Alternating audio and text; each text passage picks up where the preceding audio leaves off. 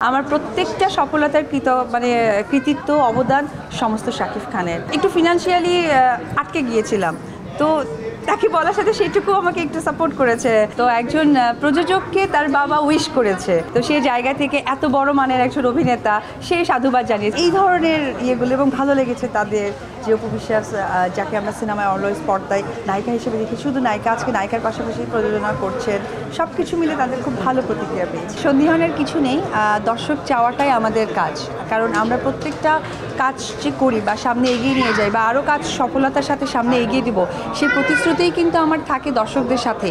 তো দর্শকরা যেহেতু চাচ্ছে, আমার মনে হয় প্রযোজক, পরিচালক তারা যদি একত্রে হয় দর্শকদের চাহিদা পূরণের জন্য, অবশ্যই আমার কাছে প্রপোজালটা নিয়ে আসলে আমি অবশ্যই কাজ করতে রাজি। আসলে উনি অনেক বড় মানের একজন অভিনেতা, নিঃসন্দেহে। আমিও ওনার অনেক জুনিয়র, অনেক পরে আমি সিনেমায় এসেছি, আমাকে উনি প্রমোট করে অপু বিশ্বাস বানিয়েছে।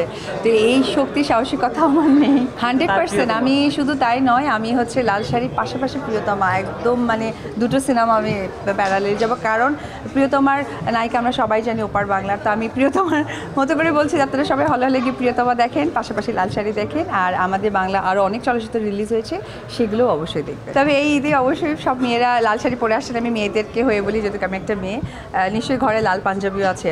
আপনার লাল শাড়ির সাথে পাশাপাশি লাল পাঞ্জাবি পরাবেন, যখন এই সেলফিটা তুলে ছাড়বেন দেখবেন আপনাদের ভালোবাসাটা আরও অনেক বেশি গভীর হবে। একজন প্রযোজক কিন্তু জয়, হ্যাঁ, তো একজন প্রযোজককে তার বাবা উইশ করেছে যে এত ছোট প্রযোজক, আমার মনে হয় ইন্ডাস্ট্রিতে এর আগে এত পিচ্চি প্রযোজক আসেনি, এই ফার্স্ট টাইম আর একটা প্রযোজকও আমাদের ইন্ডাস্ট্রিতে চলে আসলেন, জয়।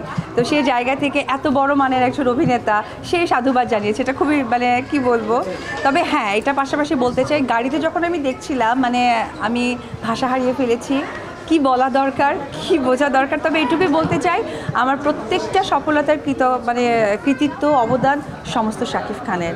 উনি যদি না থাকতেন আমার পাশে বা আমার কাজের জায়গাতে, ওনার যদি সেই সাপোর্টটা না পেতাম, হয়তোবা প্রযোজনাটা আমি করে উঠতে পারতাম না। আমি এটুকুও বলতে চাই যে আমার লাল শাড়ি করতে গিয়ে অনেক সময় হয়েছে যে, যেহেতু আমি টানা কাজ শেষ করেছি, আপনারা সবাই জানেন, একটু ফিনান্সিয়ালি আটকে গিয়েছিলাম।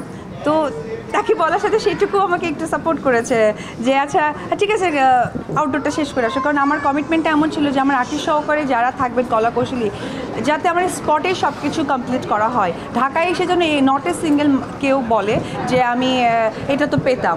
এবং আমি যেটা হয়েছিল যে আমার 20 দিনের আউটডোর ছিল, আমি 18 দিনেরই সব কিছু কমপ্লিট করে দিয়ে এসেছি। 2 দিন হয়তো বা জাস্ট কিছু ডাবিংয়ের ব্যাপার থাকে, কিছু হয় না যে এটা জাস্ট পেপার ওয়ার্কের জন্য, তো সেই সাপোর্টটাও কিন্তু আমি পেয়েছি। তো ওভারঅল মিলে আসলে আমি স্পিচলেস, খালি এটুকুই বলতে চাই। অনেক, হ্যাঁ, মেন্টালি সাপোর্ট। এবং আজকে তো আপনারা সেটা দেখলেন যে সে সিনেমাও দেখতে বলেছে, আমি তার কাছে আসলে কৃতজ্ঞ। আমি এটুকু বলতে চাই যে আসলে বড় মাপের যে অভিনেতা হয় সে এমনি এমনি হয় না, তার অভিজ্ঞতা, তার ধ্যান ধারণা, তার ভালো লাগা ভালোবাসা দিয়েই সৃষ্টি হয়। আমি আশা রাখছি, যেহেতু আজকে ঈদের দ্বিতীয় দিন, সুতরাং আমাদের আরও 2-4 দিন গেলে আমরা এটা খুব সুন্দরভাবে প্রেজেন্ট করতে পারবো। তবে আমার বিশ্বাস আছে দর্শকরা সবসময় আমাকে ভালোবেসেছে। তো ওই সময় ইন্ডিয়াতে গিয়ে তার কাছে মনে হয়েছিল যে আসলে ওখানে খুব ডিফারেন্ট তার শাড়ি দেখেছিল। তো তখন আমার জন্য আসলে লাল নিয়ে আসানি, কিন্তু যে পেঁয়াজ কালার একটা আছে সেই কালারে আমার জন্য শাড়ি এনেছিল আমার শাশুড়ি, এবং আমার মা 3 জনের জন্য শাড়ি এনেছিল, আমার ননদের জন্য 4টা খুব সুন্দর শাড়ি এনেছিল সে। এটাই তার আমাকে শাড়ি প্রথম গিফট করা। তার কাছ থেকে তো আমি এত বড় একটা প্রাপ্তি উপহার পেয়েছি। আজকে দর্শক বা যারা আমাকে ভালোবাসেন সবাই যে বলে সাকিব ছাড়া অপু অর্ধেক, এটা সত্যি কথা। দর্শকরা কিন্তু প্রত্যেকটা পয়েন্ট সত্যিই বলেন। তো সেই জায়গা থেকে এটা তো অনেক ভালো লাগে, আর গিফট পেতে কার না ভালো লাগে, আর যদি সেটা খুব ভালো লাগার জায়গা থেকে ভালোভাবে আসে। ধন্যবাদ।